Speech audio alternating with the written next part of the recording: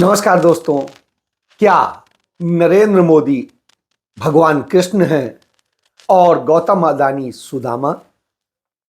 क्या अखिलेश यादव की लोकतंत्र के लिए कोई जिम्मेदारी नहीं है?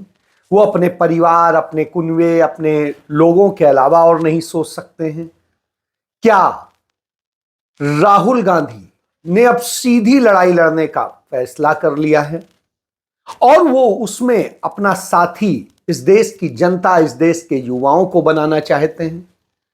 क्या नरेंद्र मोदी और उनकी पूरी सेना राहुल गांधी को डराने में लग गई है, उन पर हमले कराने में लग गई है? और क्या इस देश की संवैधानिक संस्थाएं, अदालतें नरेंद्र मोदी की गुलाम हो गई हैं? कमोबेश इसी पर आज एक चिंता है। ये चिंता इसलिए है कि राहुल गांधी की भारत जोड़ो न्याय यात्रा चल रही। वो जब बनारस से, चंदौली से उत्तर प्रदेश में की सीमा में आए, तब से लेके उन्हें लगातार उत्तर प्रदेश की जनता का प्यार मिल रहा है। वो जब वाराणसी पहुंचे तो इतना अथाह भीड़ उमड़ी, अथाह लोग आए, और ये वो लोग हैं जो अपने पैसे से, अपने संसाधनों से आ रहे हैं, जिन्हें कुछ दिया नहीं जा रहा है। क्योंकि इस बार पिछली बार की तरह की यात्रा नहीं, इस बार हाइब्रिड यात्रा है। क्योंकि इस वक्त कम है और यात्रा करनी है, जनता तक अपनी बात पहुंचानी है। क्योंकि इस देश का मीडिया कारपोरेट के हाथ में, चंद पूंजीपतियों के हाथ में है, और वो राहुल गांधी को, कांग्रेस को, लोकतंत्र के प्रेमियों की कोई खबर नहीं दिखाता। वो किसानों को, सबको इग्नोर करता है। वो नहीं चाहता है इस देश के युवाओं के रोजगार पर बात हो, वो नहीं चाहता है इस देश की भुखमरी पर बात हो, वो नहीं चाहता है कि इस देश की दुनिया में बिगड़ती छवि पर बात हो। और ऐसी स्थिति में राहुल गांधी को सड़क पर चलना पड़ रहा है। राहुल गांधी जब चलते हैं तो हर विषय पर बात करते हैं। वो बात करते हुए युवाओं के साथ, दूसरे लोगों के साथ, मजदूरों के साथ, कारीगरों के साथ, यूनिवर्सिटी के स्टूडेंट्स के साथ, सबसे चर्चा करते चलते हैं। उन्होंने वाराणसी में जो काशी हिंदू विश्वविद्यालय है, उसके प्रोफेसर्स और स्टूडेंट्स के साथ में चर्चा की। IIT BHU में एक लड़की के साथ बीजेपी के IT सेल के लोगों ने रात में रेप किया, सामूहिक बलात्कार किया।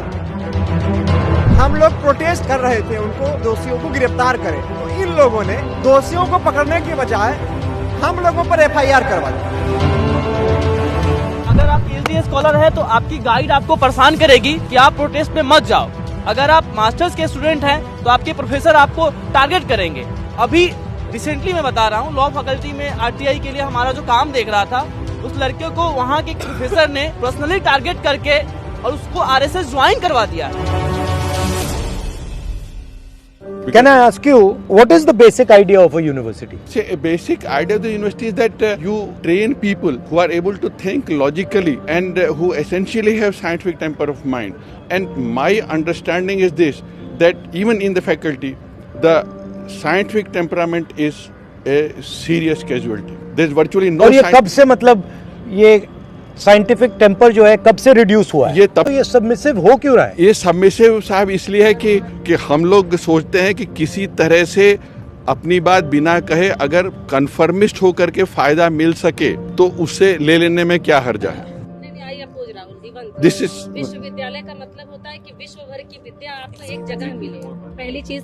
दूसरी बात यह है कि विश्वविद्यालय एक ऐसी जगह होती है जहाँ पे बच्चा अभिव्यक्ति सीखता है, चेतना सीखता है। ठीक है, हमारे यहाँ बच्चे किसी भी चीज के लिए प्रोटेस्ट करते तो या तो उनके नाम पे FIR हो जाता है या तो उनको निकाल दिया जाता है। आप कह रहे हैं कि सबमिसिव सोसाइटी है, बट उसी सबमिसिव सोसाइटी में अहंकार बढ़ता जा रहा है। सर, अगर सबमिसिव है तो उसके पास ज्ञान नहीं है, जहाँ ज्ञान नहीं है वहाँ अहंकार है, सीधी सी बात है।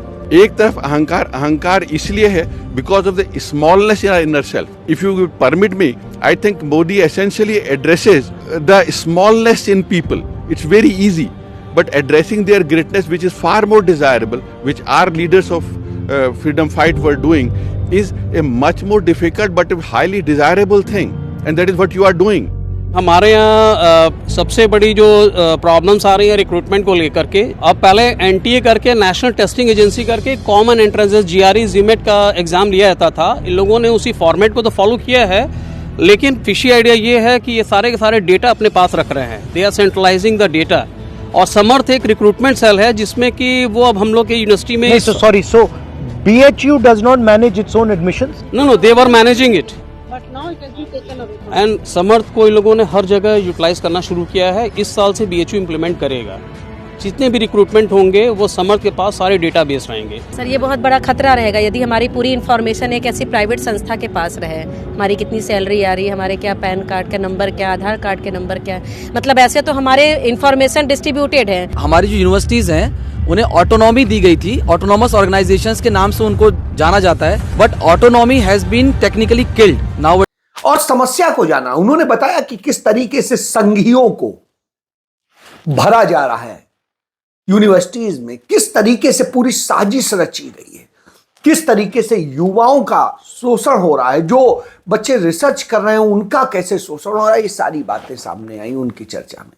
उसके बाद राहुल गांधी जब प्रयागराज पहुंचे, ये वही प्रयागराज है जिसे इलाहाबाद कहते थे, और इलाहाबाद यूनिवर्सिटी जो उत्तर प्रदेश में और कहते हैं पूर्वांचल की ऑक्सफोर्ड कहलाती थी, वहां से स्टूडेंट्स जब निकलते थे तो सिविल सर्विसेज और सबके लिए निकलते थे। आज वहां की स्थिति ये है कि वहां की कुलपति से लेकर सब किस तरीके से उसे बर्बाद कर रहे हैं, किस तरीके से एक जाति विशेष के पिछड़ों, दलितों, अल्पसंख्यकों, आदिवासियों पर हमले कर रहे हैं। इलाहाबाद यूनिवर्सिटी का चुनाव भी इसीलिए बंद कराया गया सर। एक भी वाइस चांसलर कभी दलितों ओबीसीओ का नहीं सुनते हैं, वो हमेशा बड़ी जातियों का सुनते हैं सर। कोई काम नहीं होता सर, पढ़ाई टाइम से नहीं होती, विरोध करने पे डांट के निकाल दिया जाता है ऑफिस से सर। बोला जाता है कि सर तो मैंने सुनिए पता है आपका हथियार क्या है? हथियार का नाम जानते हो? जाति जनगणना यह आपका हथियार है। आपको सबसे पहले पता लगाना है कि आपकी आबादी कितनी, दूसरे नंबर पे आपको पता लगाना है इस देश के धन में आपकी कितनी भागीदारी। आप सुबह उठो और अपने आप से सवाल पूछो, 73% के हाथ में इस देश का कितना धन है, यह सवाल पूछो आप। जब यह साजिशें हो रही हूं तो राहुल गांधी जब वहां पहुंचे तो हजारों हजार युवा उनके साथ आके खड़े हो गए। उन्होंने कहा, हमारी आप बात सुनिए, देखिए 69,000 शिक्षकों की भर्ती हो चुकी थी, लेकिन उन्हें नियुक्ति पत्र नहीं दिए गए। क्यों? उनके साथ साजिश हो रही है, और ये 2018 से है। तो इन सारी चीजों को लेकर के उन्होंने बताया। उसके बाद आगे बढ़े, प्रतापगढ़ में इसी तरीके से उनके साथ जनता आई और इतना लोग उमड़े। वहां पर आगे वो अमेठी गए। उसके पहले जब वो प्रतापगढ़ में थे, उस दौरान उन्होंने तमाम युवाओं से बात की। 73% हिंदुस्तान का जो बब्बर शेर है, जो इस देश को चलाता है, जो इस देश को आगे ले जाता है, वो सो गया है, डर गया है। ये देश की सच्चाई है। आप कहो जितना कहना है, अग्निवीर नहीं होगा, अग्निवीर नहीं होगा, नहीं होगा। 73% में दम नहीं है। होगा, कैसे नहीं होगा? अदानी ने डिसाइड किया होगा, होगा। नरेंद्र मोदी ने डिसाइड किया होगा, होगा। 90 ब्यूरोक्रेट्स ने डिसाइड किया है, होगा, होगा। दम नहीं है तुम में। अब सुनो 90 लोगों में से आर्मी में कितना पैसा जाता है वो डिसाइड करते हैं, स्वास्थ्य में कितना जाएगा वो डिसाइड करते हैं, किसान बिल वो डिसाइड करते हैं। 90 में से आपका कितना? 90 में से दलित, आदिवासी, पिछड़ों की कितनी भागीदारी मुझे बताओ। 90 में से 3 ओबीसी, 3 दलित, 1 आदिवासी, 90 में से 7 आपके। और सुनो, पता कहां बैठे? बड़ी बड़ी मिनिस्ट्री में नहीं बैठे, डिफेंस मिनिस्ट्री में नहीं बैठे, फाइनेंस मिनिस्ट्री में नहीं बैठे। कहां बैठे? छोटे से कमरे में बैठे पीछे। और उनको कहा जाता है, तुम लोग चुप हो जाओ, ज्यादा बकवास मत करो, नहीं तो तुम्हारा एसीआर उड़ा दिया जाएगा। एसीआर समझते हो? नहीं समझते। एनुअल कॉन्फिडेंशियल रिपोर्ट, जिससे पिछड़े ब्यूरोक्रेट्स की, दलित ब्यूरोक्रेट्स की, आदिवासी ब्यूरोक्रेट्स की रोज हत्या होती है। एसीआर नाम समझ लो। और युवाओं से कहा, आप में हिम्मत नहीं, आप सो रहे हो, इसलिए आप हार रहे हो। यदि आप अपनी हिम्मत करो और जागो और वोट की चोट से इन्हें चोट दो तो आप अपने अधिकार पा सकोगे। अब ये लड़ाई तो अकेले नहीं लड़ी जाएगी, आपको लड़नी होगी। तो क्या उन्होंने किस तरीके से समझाया राहुल गांधी ने, ये अपने आप में अद्भुत था। और ललकार लगाई उन्होंने, नरेंद्र मोदी के जो फर्जी चेहरा है उसके बारे में बताया। और जब वो अमेठी पहुंचे तो स्मृति ईरानी तिलमिला गई, पागलपन की बात करने लगी। मंत्री होकर के जिस तरह की बात कर रही थी, सुन करके लग रहा था कि ये कितनी निकृष्टता की बात करती है। लेकिन राहुल गांधी वहां पहुंचे, वहां जो प्यार मिला, मल्लिकार्जुन खड़गे पहुंचे। 10 साल ये सरकार में है। सरकारी नौकरी में कितने जगह खाली है? 30 लाख वैकेंसीज है। 30 लाख रेलवे में, पोस्ट में, सेंट्रल स्कूल्स में, केंद्रीय विद्यालय में, एकलव्य स्कूल में 30 लाख। क्यों नहीं भर्ती कर रहे भाई? इसीलिए भर्ती नहीं कर रहे, उसमें सब रिजर्वेशन के SC, ST, OBC के लोग आते हैं। 15 लाख लोगों को, शेड्यूल्ड कास्ट के लोगों को नौकरी मिलती है, शेड्यूल्ड ट्राइब को मिलती है, बैकवर्ड को मिलती है। इसीलिए ये भर्ती नहीं करना चाहते हैं। अगर भर्ती हो गया, वो अभिमान से, स्वाभिमान से जी सकते हैं एक परमानेंट नौकरी लेकर। और हम लोगों को सिखाते हैं देशभक्ति।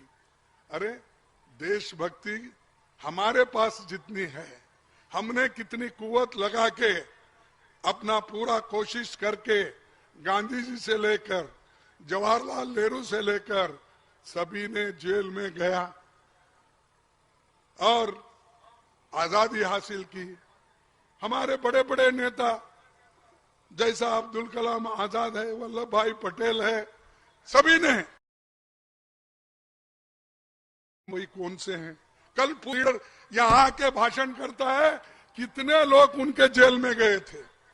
मेरे लोग क्विट इंडिया मूवमेंट में 10,000 लोग मर गए। 10,000 लोगों के ऊपर गोली भी चली, कहीं कहीं मरा, कहीं मरा। तुम्हारे पास कौन मरे भाई? बताओ, उसकी एक लिस्ट तो बताओ। उन्होंने जिस तरीके से सबने सपोर्ट किया वो अपने आप में बड़ा था। वहां पर अखिलेश यादव को उसमें आकर के समर्थन करना था, क्योंकि यह लोकतंत्र की लड़ाई है, यह इस देश के युवाओं का भविष्य बचाने की लड़ाई है, यह इस देश के संविधान को बचाने की लड़ाई है, यह पार्टी की लड़ाई नहीं है। और राहुल गांधी की इस यात्रा से हर लोकतंत्र को पसंद करने वाले, हर संविधान को पसंद करने वाले, हर व्यक्ति को जो स्वतंत्रता चाहता है, उसको रोजगार चाहता है, उसके लिए महिलाओं की सुरक्षा और किसानों की सुरक्षा को लेकर के, श्रमिकों के हितों को बचाने के लिए यह लड़ाई है। सामाजिक समरसता के लिए लड़ाई है। और जब यह लड़ाई हो और उस वक्त में अखिलेश यादव यह कह के ना आए कि पहले सीटों की बात करो फिर आएंगे। अभी बातचीत चल रही है, कई दौर में बातचीत हो चुकी है, कई सूचियां उधर से आई, सूची इधर से भी गई।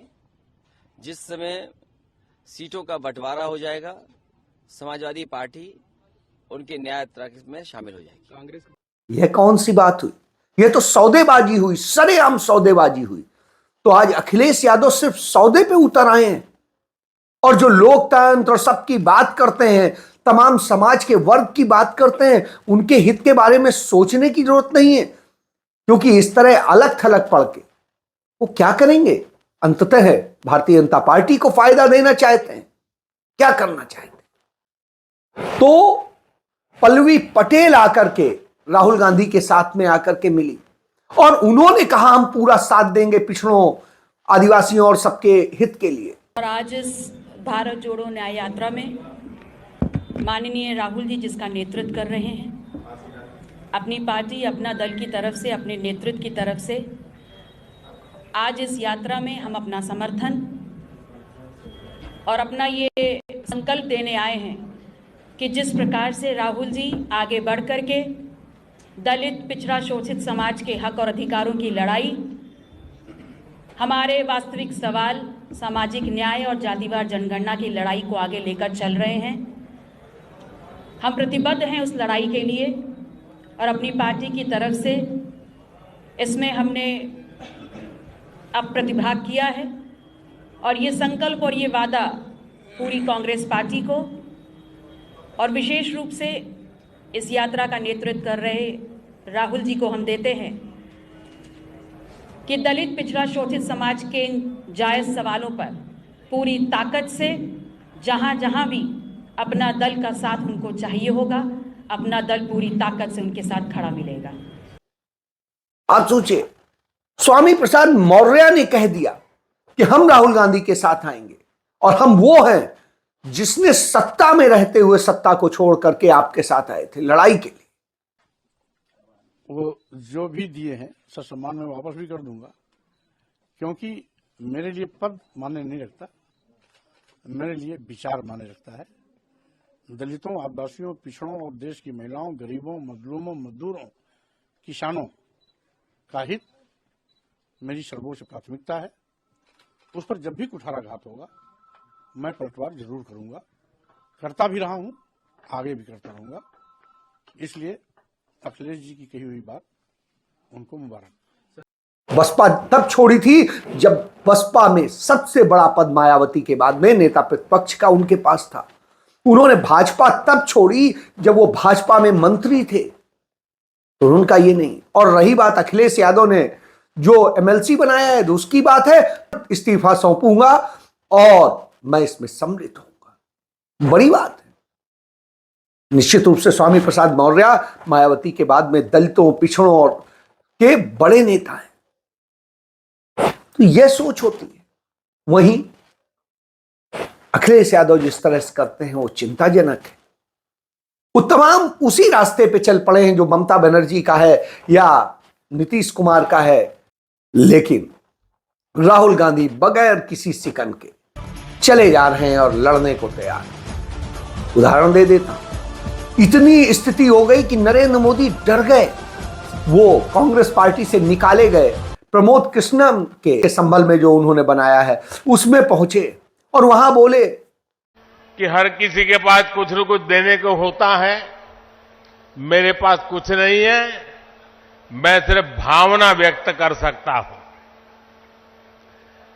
प्रमोद जी, अच्छा हुआ कुछ दिया नहीं, वरना जमाना ऐसा बदल गया है कि अगर आज के युग में सुदामा श्री कृष्ण को एक पोटली में चावल देते, वीडियो निकल आती, सुप्रीम कोर्ट में पीआई हो जाती और जजमेंट आता कि भगवान कृष्ण को भ्रष्टाचार में कुछ दिया गया और भगवान कृष्ण भ्रष्टाचार कर रहे थे, इस व्यक्त में हम जुगर रहे। और इससे अच्छा है कि आपने भावना प्रकट की और कुछ दिया नहीं। तो ऐसे ही उनके अदानी हैं, अदानी उनसे मिलते हैं, कुछ गिफ्ट करते हैं तो उससे शोर मच जाता है। तो यानी वो अदानी को सुदामा बता दे रहे हैं और खुद को कृष्ण। हम भी यही कह रहे हैं, वो सुदामा ही है जिसके पास कुछ नहीं था। आपने किस तरीके से उस शख्स को दिया है। सुदामा भी कृष्ण को छोटी सी पोटली दे के गए थे, बदले में कृष्ण ने वो जब घर पहुंचे तो जाने क्या क्या दे दिया था, पता ही नहीं चला। वैसे ही देश को पता नहीं चल रहा है आप क्या क्या दे रहे हैं। नरेंद्र मोदी ने जब खबर पता चली कि राहुल गांधी ने उत्तर प्रदेश में जिस तरीके से हलचल मचा रखी है, जिस तरीके से अमेठी उनकी यात्रा पहुंच रही है और सारी बातें, उनके अंदर घबराहट हो गई। उन्होंने तुरंत अपने लोगों को लगाया। आजकल भारतीय जनता पार्टी के लोगों की छोटी छोटी बातों पे मानहानि हो जाती है। 2014 तक नहीं होती थी, तो आजकल हो जाती। तो कोई 2018 में किसी भाजपा नेता की अमेठी में मानहानि हो गई होगी तो उसने मुकदमा किया था, उस मुकदमे में उसे भेजा गया कि जज से कह के तुरंत राहुल गांधी को समन कराओ, गिरफ्तार कराने की कोशिश करो। उसने जाके अदालत से, सुल्तानपुर की अदालत से समन कराया, और समन भी कब का? 20 तारीख का, 20 फरवरी का। यानी अब आप समझिए, यात्रा से इतना डरे हुए, यह हालत है। निश्चित रूप से इतना चिंताजनक है कि कितना डर गए। एक तरफ तो खुद को विश्वगुरु कहते हैं, दूसरी तरफ इस तरह की हरकत करते हैं। और दुनिया में क्या हो रहा है? दुनिया में यह हो रहा है कि भारत के पासपोर्ट की स्थिति बद से बदतर हो गई है। जो विश्वगुरु कहते थे आज अमित शाह कहते हैं, कहीं दुनिया में जाते हैं तो कहते हैं मोदी के भारत से आए हो। नहीं, वहां गांधी नेहरू के भारत से, वहां भगवान बौद्ध के भारत से कहा जाता है, जो कितनी बेहतर हुआ करती थी कांग्रेस के समय में। और यही नहीं, पंडित नेहरू जिस समय देश की स्थिति कोई नहीं थी, तब भी आज से अच्छी थी। यह हालत कर दी है दुनिया में। यदि भारत की यह हालत हो गई हो, यह इज्जत हो, तो आप समझ सकते हैं बद से बदतर होती जा रही हो जब हालत, और आप कहें विश्वगुरु हैं। और डर इतना कि राहुल गांधी के लिए तमाम चीजें, राहुल गांधी जब युवाओं के रोजगार की बात उठा रहे हो कि देश को इन्होंने क्या बना दिया है। ऐसी स्थिति में राहुल गांधी की इस देश को बेहद आवश्यकता है। हर युवा को आवश्यकता है, हर उस व्यक्ति को आवश्यकता है जो देश चाहता है, देश का संविधान चाहता है, लोकतंत्र चाहता है, युवाओं का भविष्य चाहता है, आने वाली पीढ़ी के लिए एक सुखद जीवन चाहता है, जो चाहता है कि उनकी बात करने वाला हो। लड़कियां अपनी सुरक्षा चाहती हैं, किसान अपना हक चाहता है, एमएसपी चाहता है, और उसके अलावा श्रमिक अपना हक चाहता है, और समाज चाहता है कि हम फिर से प्यार से रहें, मोहब्बत से रहें, और मोहब्बत की दुकान खोली जाए। इसलिए राहुल गांधी सबसे ज्यादा जरूरी हो गए। भले अखिलेश भाग जाएं, कोई और जाए, और जा करके वो भाजपा के एजेंडे को सेट करें, लेकिन राहुल गांधी लड़ेंगे और जीतेंगे। जय